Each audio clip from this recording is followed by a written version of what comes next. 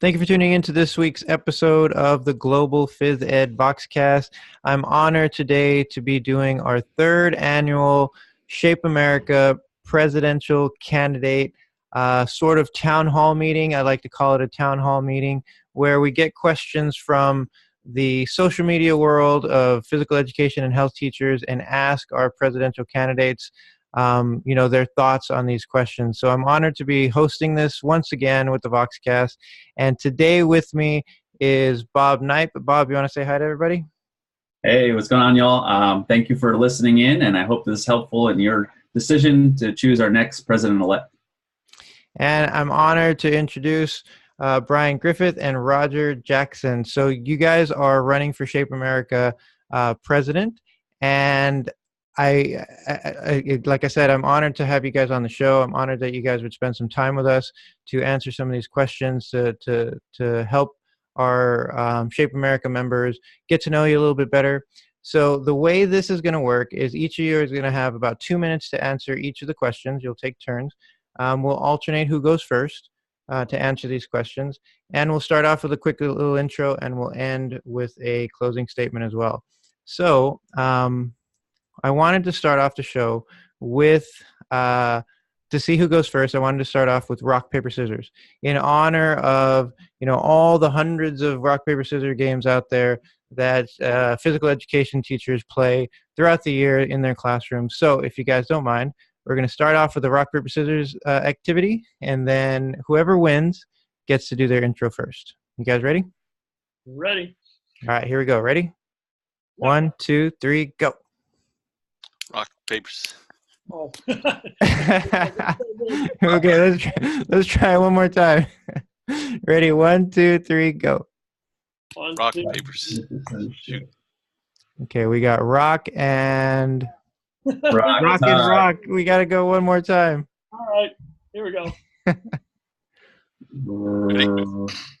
Rock, paper, scissors, shoot. Show. Try again. Scissors one more time. Let's try this again. Rock, paper, scissors, show.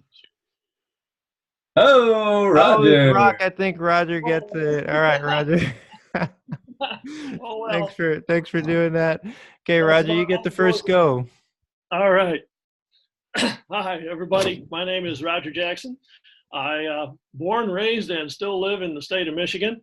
It is absolutely an honor for me to be having been nominated as one of the candidates to run against Brian.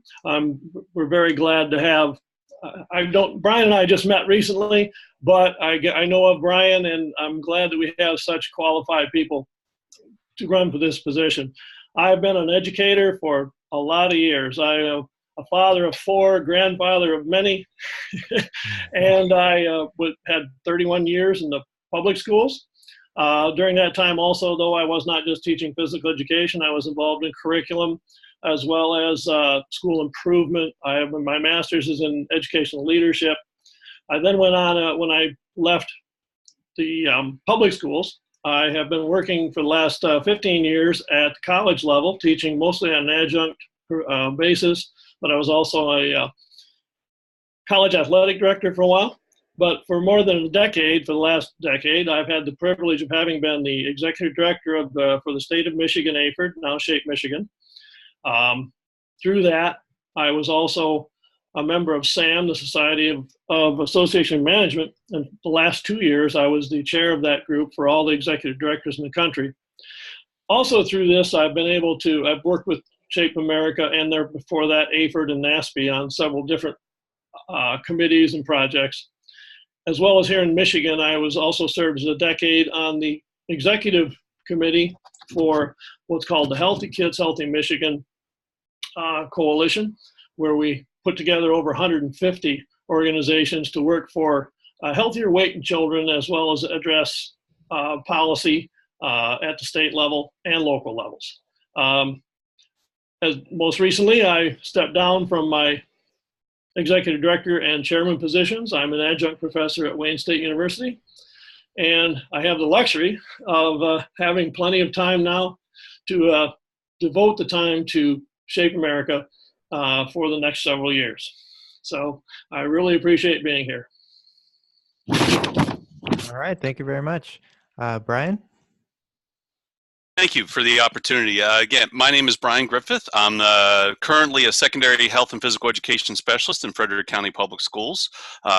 Just as Roger said, it is an honor to be in his company, to be nominated, to be on the ballot for president-elect of Shape America.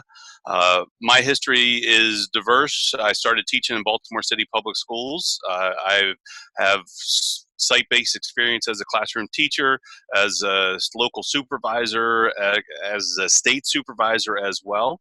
One of my passions is our state and national and district associations. I believe that all three of those organizations play a role. I was happy to be president of our state association, worked in a variety of roles with our SHAPE executive board as we've gone through our ups and downs and everything else, and hopefully right now we're on and up with our state association. Along with Roger, I've also volunteered and in a number of different opportunities with our national association. Lucky enough to be close to Reston, Virginia, so it's easy for me to go down there and work and volunteer on different projects. For the last few years, Irene Kachina and I were the ones that kind of started the Health Council as we moved away from the old APERD and moved to the new Shape America. And happy to volunteer on a number of different other organizations like the conference planning and Teacher of the Year groups and all those fun committees that learn more and more about all the great professionals we have in our organization. All right, excellent. So we'll start with Brian. You'll get the first question, and then Roger, you can follow up. So the first question is, why are you running for Shape America president? Great question. Yeah. Just another opportunity. Again, I've seen the transition as we've gone from APERD and the different NASPE and AHI and the groups to Shape America and to the transition. I know our membership is not where we would like it. It's going down, but I think we can go back up. I think we have a lot of great people who are all working to make health and physical education better quality products with our teachers and with our curriculum and everything. And I think that I can help support that and bring a lot of those different people together in order to make sure that we are producing better opportunities for our students to truly look at health literate and physically literate students. Okay, thank you. Roger, same question. Okay. My most recent experience was fortunately having been with working with all the different state leaders as the executive directors and putting on the leadership development conference that we held annually. And over the last several years that I've been working with those groups is when we went through all the transitions from going from APERD to Shape America. And then of course, most recently with the change in funding with the end of the agreement with American Heart Association. One of the things, and I had some friends who asked me to run for the position when I had stepped down from the chair of being SAM, because one of the goals I want to see is in order for Shape America to function well, we do need to have a team effort from not just the people at Shape America, but of course the districts and states. All need to be not necessarily on the same page, but we have to be able to talk openly and be unified, and at least in our ideas and concepts. Going back to the whole idea of strength in numbers. I have been totally committed most of my life for our profession, to health and physical education. And I truly want to see Shape America move forward to help deliver services to the people that need it, as in any way, shape, or form we can get it to them. And by being able to bring everybody to the table, that we can then try to reach out not only to help our current members, but build membership. I'm sure there's going to be a question on membership down the road. There's several things that have come up recently. It's like the tweet I saw this morning. I'd be more than happy to work towards that goal and to improve Shape America's representation out in the rest of the country. I want to see us spread out involve maybe the districts a little more in terms of helping us get messages to people in a little more efficient fashion. I think we certainly have the capabilities to do that, and we certainly have people all over the country that can contribute to help make Shape America grow and be even better.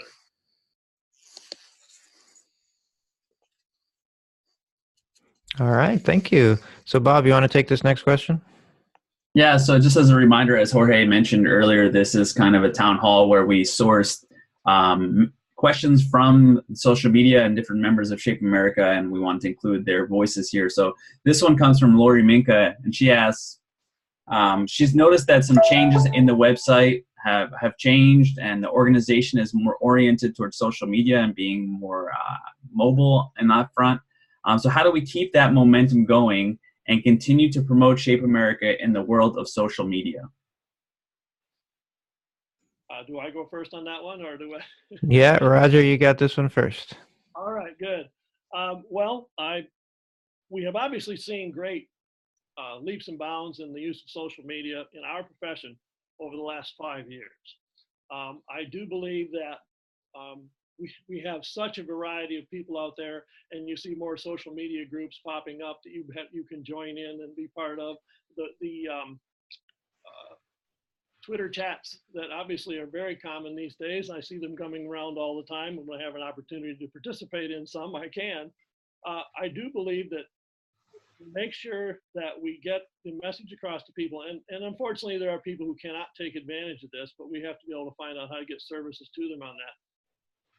It is one of the best ways we have in current time to get on-time information to practitioners in the field, so that they can help keep up on best practices, on concepts that can be used in their classrooms, as well as, of course, in designing and curriculum, as well as instruction, so that, and this is both, by the way, in health, physical education, and in physical activity. So I think that as long as we keep, when we look at communications from Shape America, in order to keep that centered that way, we make sure we have a group of people that can help organize it a little better, so that it isn't just everybody's entitled to put out their information, but the stuff that Shape America needs to get behind, those are the ones that they must be able to endorse and to make. We have to know they're credible, but it is the way that people are going to find things today. As we know, the statistics show that people don't even look at Facebook that much, or even websites that much. They find what they mostly do on Twitter, on Instagram. So we want to make sure that we have proper information going out, and that it is verified as being usable for our people in the field. Okay, thank you, Brian. One of the things that I believe is work smarter together, not harder alone. And I think kind of as Roger said, we've got a lot out there. And one of the things that we need to do is to make sure that that stuff is quality, and to make sure that there's some organization between all of this stuff. It's great that we have a Shape America National Convention, and it's great that we bring together 3,000 to 6,000 people on an annual basis. But the reality is, in the state of Maryland alone, I've got 5,000 people. So I've got 5,000 teachers that are health and physical educators. Not all of those people have the opportunities to attend those national conventions, even district conventions, and sometimes not even state because of traveling and limitation. And I think social media is the one way that we can go, not only to support our members, but also to support quality health and physical education across the board, to all those people. But also social media is that way that we can reach everybody else. And again, sometimes we have our specific followers and we have those, but what's great is that, we just had the Speak Out Day, and that's where Roger and Bob and I and everybody was there. But that's when we start connecting to those politicians that have their own followers, and we try and get those politicians to retweet some of our information so that that gets into the hands. We try and get our parents to start following us on social media.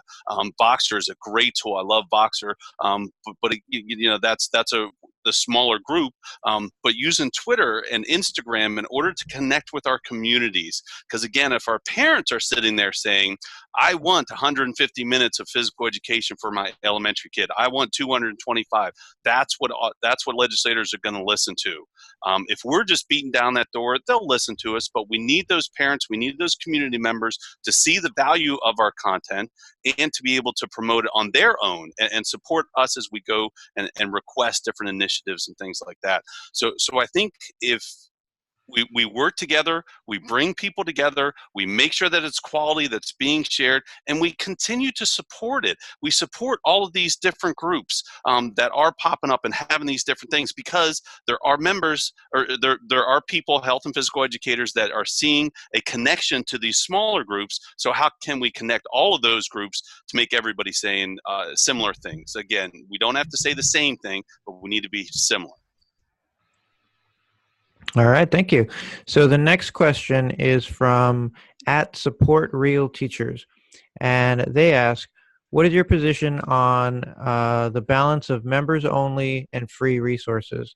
What services should come with membership and what should be free to the profession? So Brian, you are up first. So the great question. The Support Real Teachers, fantastic documentary, other resources they produce. One of the things that we've got to do is we've got to show a value for our product.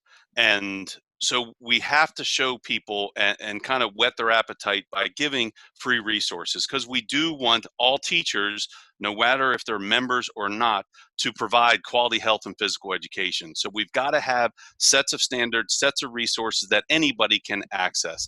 But again, we're all volunteers, we're all supporting, we're all developing these resources for Shape America.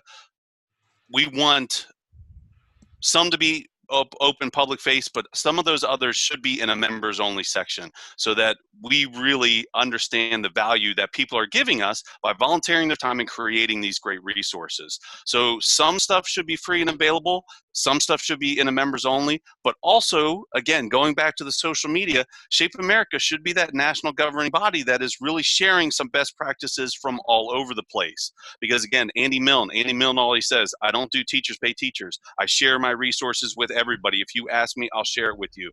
And those are some of the things that we need to promote, because there's a lot of great resources that are out there. We just got to connect people. Okay, thank you. Roger?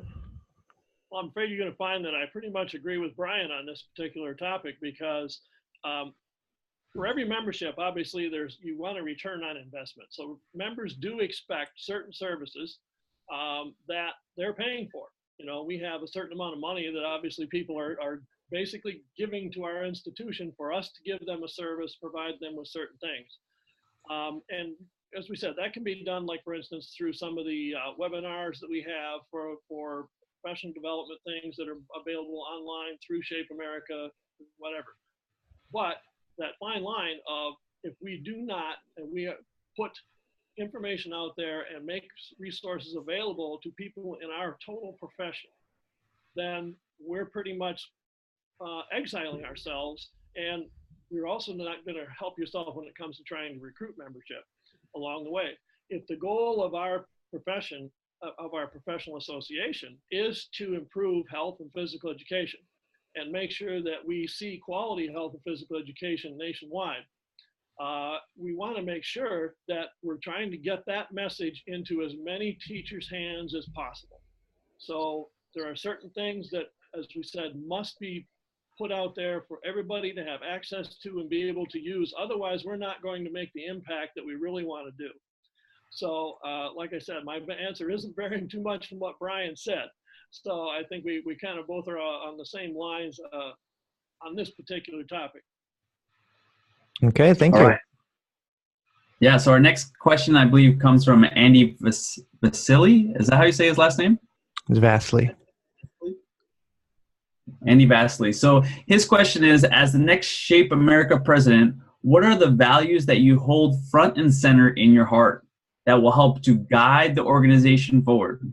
What are the biggest changes you feel need to be made when you step into your new role? So again, what are the core values that will guide your decisions? And then what are some of those decisions that may look different than what the organization is currently doing because of those? Well, sounds a little cliche, but I have a sign that I've had in my office since around 1995. It's now in my home office here. It says, "Character is who you are when nobody is watching." Mm. And that is something that I've always tried to live by. I have to try to be upfront and honest with everybody as best, to the best of my knowledge. And that is what I always try to bring. I learned a long time ago that I don't always make the best decisions just all on my own. It's how I learned how to work in groups, bring groups together, listen to comments, get different opinions so that then we can form what's be a more accurate attack on whatever it is we're looking at. As far as how I would bring a change to what's currently going on, I have not been privy, because I haven't been on the council or anything, to know what the current common goals are, what discussions have taken place at the board of directors levels. I have had just general knowledge on the outside, basically with conversations like with Stephanie or from people on the board, like when we were at Speak Out Day, or just on phone conversations and that type of thing. But I would want to see what the current chemistry is on the board, so that I know where I fit in terms of that, and where I think that I can help bring organization and or contribute to either what has already occurred or what I can possibly recommend for different pathways as we proceed in the future. With the change coming up when Jamie comes in as president, I just want to see what direction he wants to go. Obviously, as president-elect, that is what one of your main purposes is, to support the institution, help carry out the projects that are currently on the top of the list from our board of directors and the president, and then over that period of time form how you think, in this case me, how I think that I can mainly contribute and help try to make Shape America a little better. All right, thank you, Brian. Thank you. So one of the first things, the values, is a little Latin quip that I always follow is exemplo ducemus, by example we lead. And so I think when I was a young Boy Scout, I got our scoutmaster was an ex-military, and he kind of pulled me aside whenever I was troop leader, and he said, look, he said, one of the first and foremost things you've got to understand is that people will follow you if they know you're willing to do it. So understand that if you're willing to do something and you're asking them to do it, they'll do it if they know you're willing to be right in the trenches with them. And I think that's one of the things that we have to do as health and physical educators. We've got eyes constantly on us as the people who are the health and wellness experts in the building. And those kids are constantly watching us. So I think we've got to make sure what we're doing on a regular basis, drinking water, being physically active, demonstrating those different things. But I think that also goes into what we do as professionals. And again, nothing is, everything is great in moderation. So, as we look at the overall compass, the dimensions of wellness, and we look at that social aspect is so critical to our overall health. We see those different connections and making sure that we support that. I mean, that's one of the greatest benefits of attending a national or state or district conference is those personal connections that you make, so that you can sit back and DM somebody and say, hey, I saw you tweeted this out. Can you share this with me?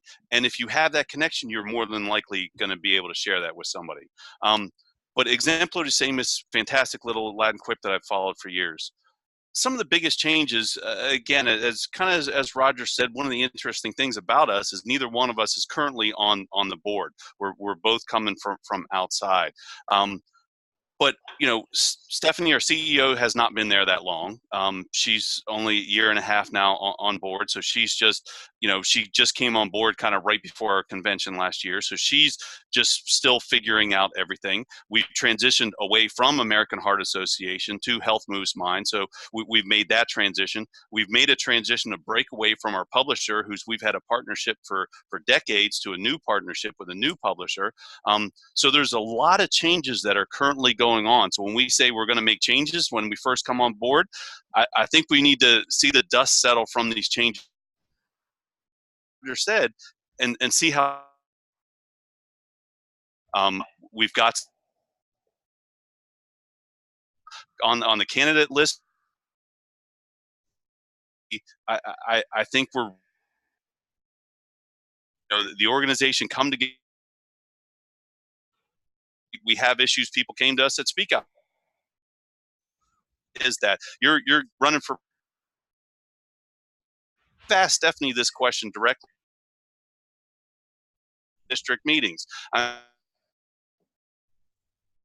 doesn't Shape America have social emotional learning conference? What? I think that's some of the biggest. Next year we're going to be in support the East Coast people. Same thing in certain areas. What can a lot of that different information, the values and different changes. It looks like Jorge dropped, and I'm not sure how. Hold off until we hear from Jorge. You both are doing a great job and working well. And hey, Jorge. All right, so my internet connection is, I think, acting up on me, so I apologize for that. But if you can hear me, we'll keep on going. Is everybody good? Okay, so sorry about that. So our next question is from Super Dan PE. He's at Super Dan PE on Twitter, and he asks, how can we advocate for more adapted physical education training in states that have limited requirements for regular physical education? And I think, Brian, you're up on this one. And what's funny is that we just in our district. The great thing about adapted physical education,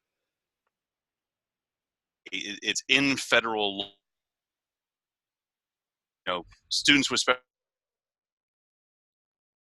that federal law, and I think that's the support. And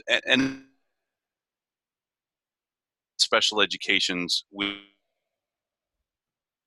that we have those quality physical education because with the IEPs and the timeframes that have to be followed underneath it. We need to go back to our and look at the whole scope of birth to pre-kindergarten all the way up to teacher requirements and teacher prep programs and all of those things to come out and make sure for adapted physical education to are available. And I think to make sure that we are promoting all of those with adaptive physical education, our teachers of the year, all of those great things, those even more. But I think it goes back making sure that we have graduate programs, and we're limited in our opportunities for for recertification access and looking at our teacher education. Right. Somewhat to, again, adapted is one of the state of Michigan. I wish we had it for just adapted physical education, but that's not going to happen. Here we just now switched our certification, our state did, to a combined health and physical education major. Working at a higher education institution, it is adapted. We fold it into our current PEAT program, but I would love to see, as Brian was pointing out, I would love to see us get more in the area of the graduate programs so that we have more people out there. There are adaptive physical education positions that go unfilled. when you get up into northern Michigan, they can't find an adapted physical education teacher to come up there. In some of the classes I teach, which are aimed at the classroom teacher, the elementary classroom teacher, I have a lot of students in there who are in special education. We kind of try to recruit a few to come into the physical education area and work on being an certified adapted person on the national level. But it is so important because we know that, of course, kids who have disabilities also suffer from other issues in terms of lack of physical activity, lack of inclusion into current programs in a lot of places. Some places do an excellent job of it. I've seen some schools in Michigan that do a great job.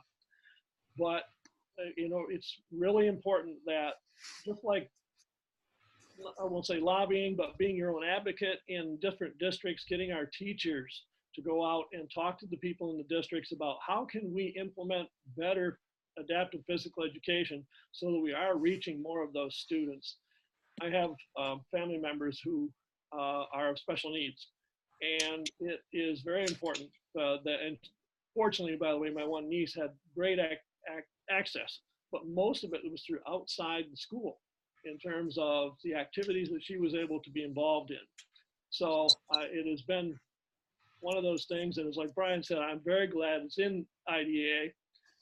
It's the only place where physical education is actually included in the program as a must, as long as it's being implemented at the IEP level.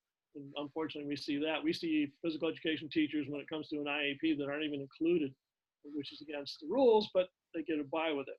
So I just want to make sure that we try to get the information out there, get more people involved in adaptive physical education who are currently in PET majors and health majors, because we're combining those here in Michigan, so that we can reach more students. It's just something that I think is just lacking. And there are great programs. I know graduate programs. I know Women's down in Denton, Texas, has one of the best graduate programs in the United States for adaptive physical education. And we actually recommend people to go there. Dr. Susanna Dillon, who's there, who's a good friend of mine.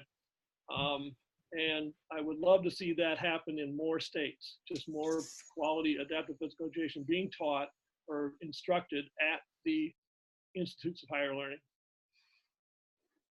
Well, thank you both. The next question actually comes from me, and it has to do with the Every Student Succeeds Act. So with the new focus on well-rounded whole child, it's really been a game changer, right, for health and physical education.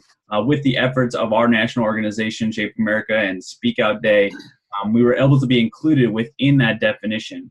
The question is, what role do you feel Shape America plays in helping districts and teachers secure Title II and Title IV funding for their programs? Well, I think that it's very important. One of the things that happened for instance, in Michigan, I was fortunate enough to be put on one of the committees that was looking at how to implement the ESSA here in the state of Michigan. As our state association executive director at that time, we were definitely pushing to all of our teachers and all the districts that we could get a hold of about what, first of all, ESSA was about, what Title II was about, what Title IV, the block grant for that Part A, the block grants were about, and the importance of the districts being able to access those funds, because now it goes through the state. It's amazing how many teachers still don't know what those are. There's one tool that you guys all know about, I'm sure, on the Shape America website, where you can sign up to find out, for instance, the district you work in, or in this case where I live, how much funding they're going to receive starting in July, with Title IV Part A being funded at the national level at $1.17 billion. My district where I live and I used to teach will be receiving $31,000.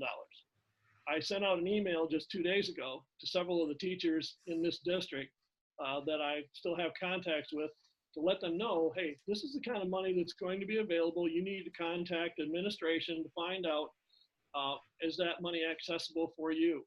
As well as telling people, as we know, Title II just Title II under the old Elementary Secondary Education Act, the core subjects, those were the only ones that could access funds for professional development. A lot of teachers still don't know that with the well-rounded definition, those 18 subjects you're mentioning, that maybe they can access funds in their district, but if they aren't proactive enough to go and ask, and and not like the concept of if somebody, the negatives on the outside say, well, the teachers don't need to go to these conferences and whatever. Hey, if nothing else, how about using that money to bring in quality content area related in health and physical education types of professional development people into our district on those required professional development days. In Michigan, the districts have to provide the teachers with something on the order of 60 hours of professional development per year. I believe it's actually closer to 70. So, and it has to be in district. So there should be funds there, we hope, so that they can get the type of professional development they need. And hopefully somebody like Shape America can provide, so that we see an increase in the quality of the programs statewide here in Michigan, for instance. All right, Brian. Thank you. Yeah, so I think Shape America played a huge role, and has played a huge role over the last few years in making sure that states and districts and locals had the resources, because I think the money's there, but there's still all those little caveats and how the states and districts can be able to spend it. And it all goes back to that needs assessment from a few years ago, where states had to have town hall meetings and public meetings and get feedback and everything else. And so states needed to be advocating for that time. Now that the time has passed and we're still getting money, what are we going to do now? And I think that that's what SHAPE needs to continue to do. As Roger said, we need to make sure that we're giving teachers and district supervisors and department heads and all those people that have the contact, find out who your people are. That should be the first thing. And SHAPE actually does that. You can go on the tool and use your tool and find out who in the state and everything else, where that money is going to trickle down to. Who are the Title II coordinators? Who's the Title IVA coordinators? All those people have to be identified in your school district. So find out who those are. Make sure you're contacting them and saying, figure out where the money is going. Just as Roger said, what money is there? How much is there? Where's that money going, and what's it being spent on? And making sure that it is distributed evenly between all those different areas, and hopefully supporting health and physical education. And again, as Roger said, there's a lot of different ways that we can spend that money. And so we need to make sure that we have, speakers and partner with the different groups that have those speakers available. Our Teachers of the Year are a fantastic resource for speakers that people can bring in. And so we have tons and tons of Teachers of the Year that have won that award over the years. And Shape America can facilitate that process with the districts. Just as Roger said, if you don't send them to a conference, how can we bring that quality professional development to you?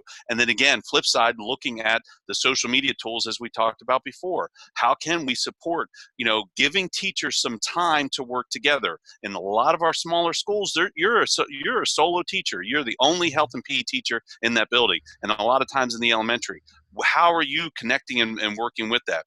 So allowing to use that money to provide sub time or even workshop pay in the evening or something like that, to give that person the opportunity to participate in a professional learning community or something like that. But all of those different strategies are available and can be funded through these different programs, as long as we know where the money is, who's in control of the money, and getting advocates to make sure that they will spend that money to support us, quality health and physical education. Thank you. All right, thank you. Okay, so our next question is from Matthew Bassett. He says, we constantly battle inappropriate teaching practice in phys ed. How can Shape America and state organizations work to train and or remove bad teachers from schools? How can we help administrators learn the difference between quality and roll out the ball? So Brian, you're up first for this one. I'm up first. And this is something that we've been working with Shape America for years on, because the issue is, again, we know you don't, just because you're a health and PE teacher does not mean you need to belong to your state or national association. Unfortunately, the same thing is for superintendents and principals. even though you're a principal, you don't have to belong to the National Association of Secondary School Principals, National Association of Elementary School Principals. But we can make sure that teacher programs, administrator prep programs, and those national associations understand what quality health and physical education is and what those expectations are in the classroom. Judy Lobianco, our current president, is going to be meeting with those organizations to present. Both of those organizations are open to hearing, because as I went through my admin prep program, we're sitting there and in a room of 12 different people, 11 of them sat there and said, I'm not going into the gym. I don't understand physical education. I'm scared of what's going on, and I don't know how to evaluate. And those people finished up, and they still had that attitude, even though I was in the class and we were working with them, and I gave them all the great tools that we had available.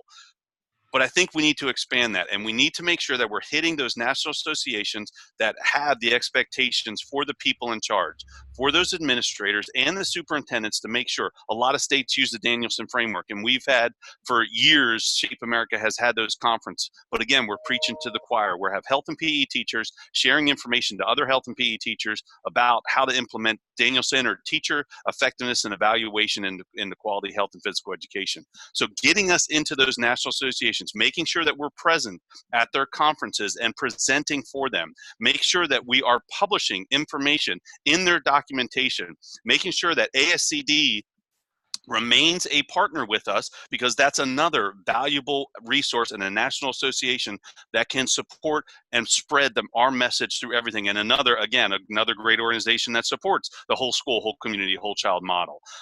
So bringing all those national organizations together, making sure that our people are present at those groups. And that's the great thing about having our structure of districts and states. We have people in every single state that we can send to those for saving a lot of money as well. So I don't have to go to things. We can send Bob to the one in Texas. We can send Roger to the one in Michigan. We can send quality people that can share our message to the people who are in charge and evaluate our teachers. Thank you. All right, thank you. Roger. Just to add to that type of a thing, sometimes there's a disconnect between the national organizations and their state level organizations, such as the Secondary Principals Association or the Elementary and Middle School Principals Association here that I presented at. And it's really important for the teachers and or administrators that are on our side and state association people to approach those associations at the state level and try to present at their particular conferences, or also bring them in. It's kind of like, how do you help support people? Like, I know one case, we weren't the only ones to do it. For one convention, we sponsored a deal where, for instance, if you can get your administrator, your building administrator, your district administrator to come to our convention, they're coming on our dime. So they can see what we were talking about when we talk about quality physical education. The Danielson method is pretty much the model here in Michigan, and obviously you see versions of like the Marzano, or the districts can come up with their own as long as it follows the guidelines of the Danielson.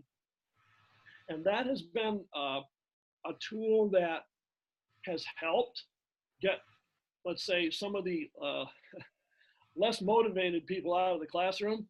I was sitting in a education committee testimony with some other people on a bill. We were trying to get some minutes for physical education, but a person had introduced a bill that was going to cut down the requirements at our high school level, which is the only ones we have here in Michigan. And he's a former teacher. He introduced this bill. He wanted to substitute several things, allow us health and physical education to be, exempt, or getting around it. And he was a former teacher, music and social studies from the Upper Peninsula of Michigan. And he said we might as well, because where I come from, phys ed's nothing more than dodgeball and weightlifting. And the sad part is he was probably right. Yeah. And, and that is one of the things where when I responded to the legislators at that time, I said, then that's a problem with the school district not looking at what a quality program should look like and what a quality teacher should be. If your math program teacher was inadequate and just sitting on the sidelines and handing out papers all the time, wouldn't you change that? You're talking to legislators. You've all done that. how that was received along the way.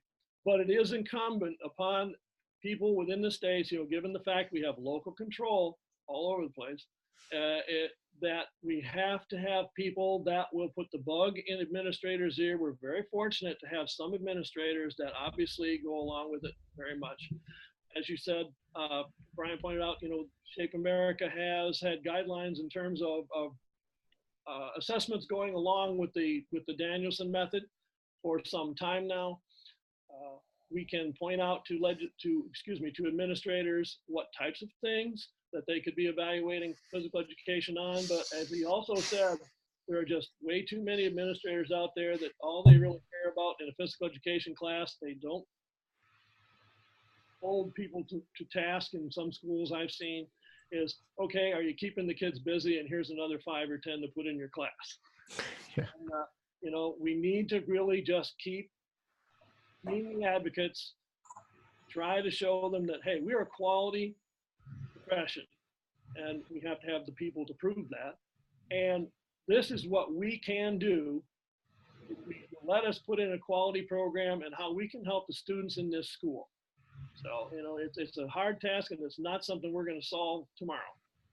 It's been ongoing for quite a while and it's going to keep going, but we just got to keep plugging. So that's the way I look at it. Thank you, guys. So the next question is another one from me. This question is about Shape America's mission driven. So as we change from AFERD to Shape America, we became a mission driven organization with the goal of 50 million strong. How will your efforts as a president of the organization serve this mission? Well, given that mission, we were told that, and obviously Brian was around, of course, too, when 50 Million Strong was basically introduced. It had more, when it was first introduced, it was a concept that they didn't put a lot of meat on the bones about what it was going to do. As a matter of fact, I can remember the blank look on all the executive directors' faces when at that time president and it wasn't until a couple other presidents, past president, whatever, came along. Dolly Lambden, Fran, I just lost Fran's last name. Cleveland. Yeah, really had people put their minds to it and come up with ways we can implement and assess and try to get kids more active. And it is a broad spectrum. It gives everybody an opportunity of a way. And I still want to see, be honest with you, one of the things that kind of a pet peeve, we incorporate a lot of stuff into physical activity, and that's the type of thing we want kids physically active, 50 million strong by 2029. One of the best ways we can contribute to that are having those quality health and physical education programs at the seat of it in order to have kids be able to be more active.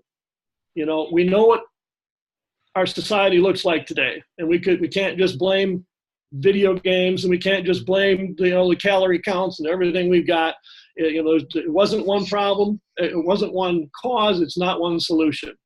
But we've got to make sure we approach it so that kids are going to want and enjoy being able to move. So, and as we said, and the health and the physical education, in my mind, have to go hand in hand.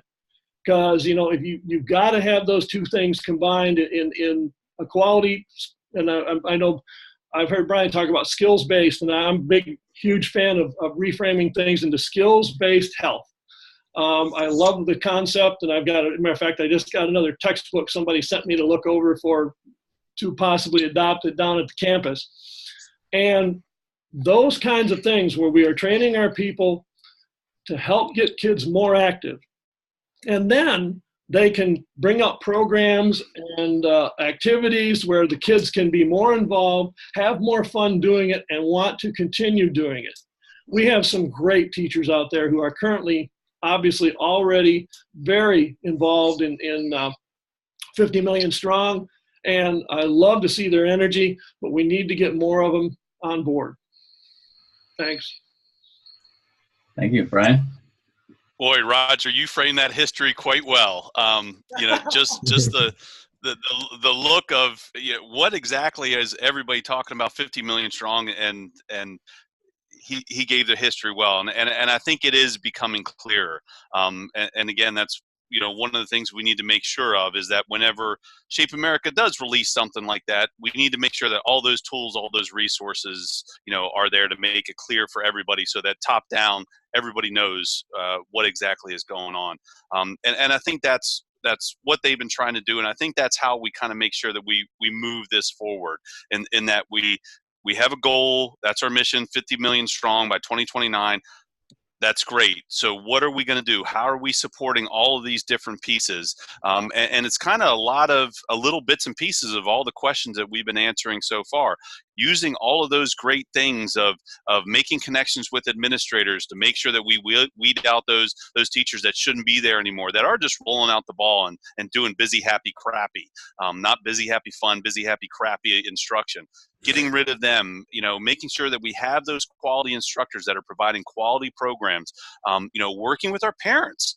Again, parents are the biggest thing. So how are we communicating with the PTAs, PTSOs, all those great organizations, of getting parents involved in the organizations to make sure that they're being our biggest and strongest advocate, that they understand what 50 million strong is, and so that they go into the schools as they are doing these PTA meetings and telling the administrator, wait, this National Association says my elementary kids should be getting 150 minutes of physical education a week. How much are they getting? Wait a second. Let's look and see how we can change that. What's the research that shows? Look at the neuroscience of Rady and Dr. John Medina as well. We all know Rady, he's come and he's talked to us and everything else, but Dr. John Medina in Brain Rules is a neuroscientist who's done a lot of research as well. There's a lot of different neuroscientists that support the understanding of physical movement and brain performance, even for adults.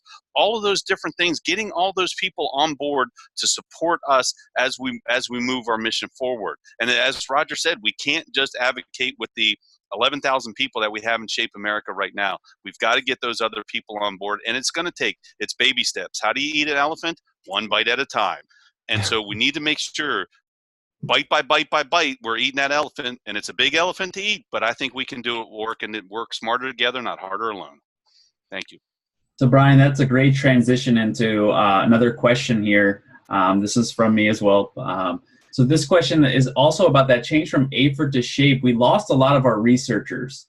They've kind of felt abandoned, from what I'm hearing is.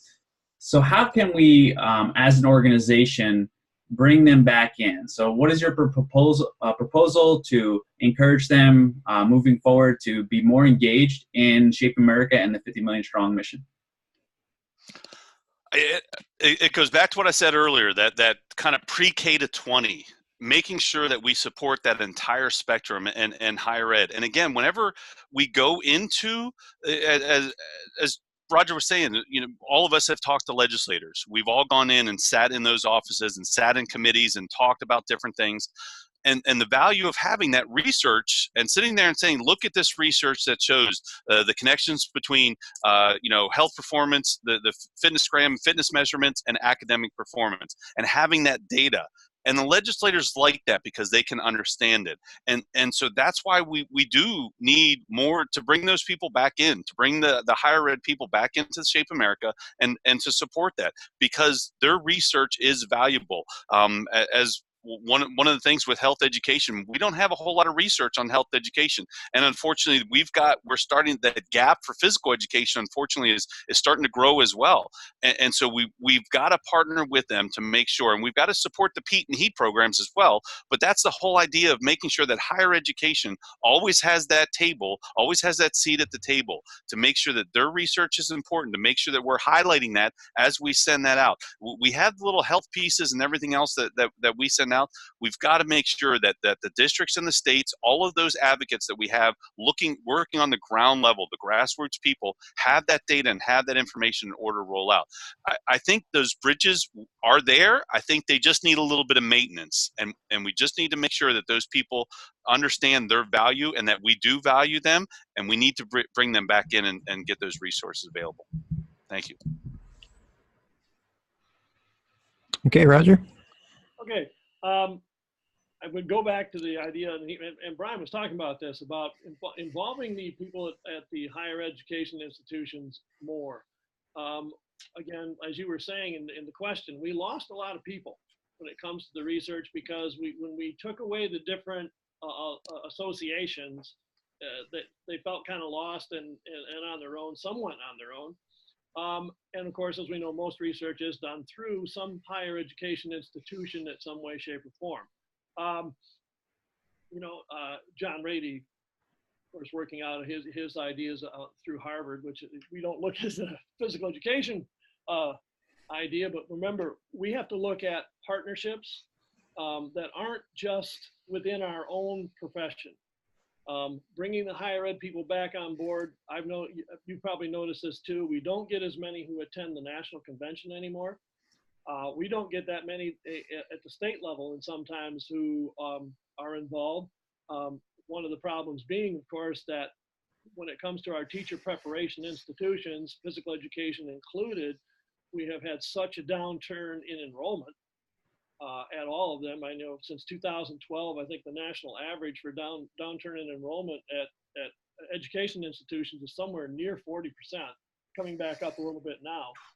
But we need to bring them back to the table. It's almost like we should take a look at having a higher ed council that helps bring people to research in so we can get their input on how can we use what you are working on, or how can we inspire you to work on certain areas that are going to help in health and physical education across our country.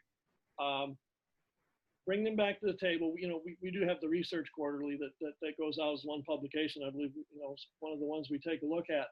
But we need, by involving more of the people in the PEAT and HEAT programs, as well as just other research institutes along the way, we also, I think, build credibility for Shape America as a whole, to make sure that we are looking at, as Brian pointed out, some of the statistics on neuro that we take a look at.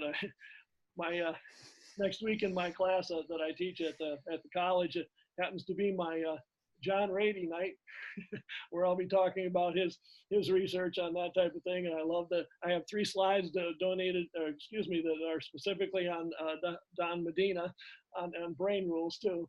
So good job of bringing that up. I love those two guys for information. And you need more people like that on board. And how do we attract them? Well, we want to make them feel part of what we are trying to do.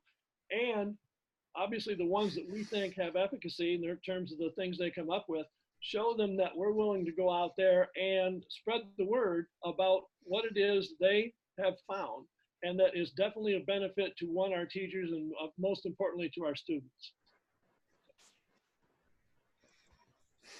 That's it. All right, thank you. Okay, so one more question. This one comes from Nate Babcock. And if you know Nate on Twitter, you know he likes to really provoke thought. So I'm going to give you guys a minute to think about this one too. So in 1 or 2 sentences, so you only get 1 or 2 sentences, what is physical education ultimately about / for? All right, so you only get a couple sentences on this one. Like I said, he likes to provoke thought. I know he probably asked this one on purpose. So Roger, you'll go first. You get 1 or 2 sentences. What is physical education ultimately about or for? Got to be careful how I start this. About that. It's going to come out something like a college lecture. For me, physical education is about teaching our kids about what is important for them to be able to live a healthy, active life and be able to function for that entire lifetime and be a productive member of society. Sentence number 1. That being said, we have to also show them the importance of why we are teaching them those particular topics, and how that's going to, why a healthier lifestyle is more important for them versus some of the challenges they're going to face in the world as they're presented with so many different challenges and opportunities to do unhealthy things. So, I guess All right, that's thank you. That's great. All right, Brian. My one or two sentences would go back to physical literacy and having the skills and confidence to be physically active for a lifetime, knowing, but also physical education, making sure that we realize everybody's different, and that pathway to physical literacy is going to be different for everybody. And if we're stuck in this sports-based model and that's all we do, that doesn't attract everybody. And so I think physical literacy, making sure that it's personalized and individualized for our students so that everybody is physically active for a lifetime. Great, thank you. Okay, so I definitely want to thank both of you for coming on the show. I want to leave you two with the last word. Any final thoughts that you have for our audience? Brian, you are up first. Thank you. I want to thank you and Bob for doing this, for setting it up. It's a great opportunity. I hope that I thank all the listeners for participating in this, and hopefully they listened to this entire thing and heard some great information from Roger and I. And I know, Roger, I think I can easily spend a lot of time sitting eating dinner with you and talking about health and PE for a long time. But again, I think the biggest things is either one of us and the entire board. I think hopefully you have gotten through this and through my bio that you heard on Shape America. Really am passionate about quality health and physical education and making sure that it's not only us, it is making sure that we all work together. We support the whole school, whole community, whole child model, bringing all those diverse people together to support quality health and physical education, to make sure that we develop quality health and physically literate students so that, again, we all can become productive citizens, decrease the burden on the health insurance issues, and making sure that all of us kind of provide the best environment for all of our students. Again, going back to the mission, 50 million strong by 2029. Thank you so much. Thank you. Roger. Well, I want to say the same thing about Brian. We only had a chance to talk previously, just briefly. And what I know about him, and then of course what I've heard today, I really wish he and I had a chance to work together at some point in time. I think that it'd be fun, because I see we could get some things done. And Brian, by the way, I wrote down that busy, happy, crappy. That's before, and I love it. So I'm going to be using that in the future. Again, I just want to thank you guys for putting this media out there. One of the things, since we switched from AFERD to Shape America, and we went to, we used to elect the president at that delegate assembly or alliance assembly versus vote of the members. And for a member-driven organization, we should be doing that. And the more people we can get to vote, whether you vote for Brian or me, just vote and look at those people on the board. Let your voice be heard. Let your opinion, to find out what it is, and try to get as many people to participate as possible, because maybe that'll bring them closer to actually participating more in Shape America. If it's a member-driven organization, speak up. What can we do for you? And then, okay, what can you do for Shape America? What do you have to contribute along the way? I look forward to being able to, if I'm fortunate enough to be elected, I'm look forward to being able to try to keep getting the message out there that physical education is for everybody. As Brian pointed out earlier, it's very individualistic. I'm not a fan of just the sport model and the team sports and all that. When we want to talk about diversity and inclusion and things like that in a classroom, we want to make sure all kids have a chance to try to succeed. I'm a very skills-based kind of a person. And in order, that's going to be the kind of thing where kids are going to appreciate being physically active more, or want to be, we hope, along the way. That's our goal. He also pointed out, and I have to agree, we talk about the whole idea of being physically literate. That definition I love that definition much better than the way we used to look at our standards. When we put that into practice, we adopted the national standards. I was on the committee. We did that here in Michigan. We adopted the national standards as Michigan standards because, as myself and one other person got up in the meeting and said, why are we trying to reinvent the wheel? We have these great ideas that came down and people put a lot of work into. Let's just adapt whatever we need to for the state of Michigan. I want people to understand that we will work our hardest, and I mean not just me, everybody that I can hopefully work with, bring a team together of trying to put out the best products as well as some of the best decision making, looking for outside the realm of what we currently have as our partnerships. You know, what else is out there? Who else can help us? We've got to be very open to whatever people have to contribute and find out, is it quality, a contribution along the way. So hopefully we can make a Shape America that truly is, and keep working towards that goal of making it the resource to go to for quality health and physical education. And I'm very proud to having spent my life in this profession. It's been great to me. It'd be an honor to be on the board of directors. It's the kind of the capstone of my career, because obviously I'm not putting this on a resume for some future jobs down the road. And it's just a pleasure to work with people like Brian and everybody else I've come in contact with in this particular association. Thank you. Okay, well, thank you two gentlemen for coming on the show.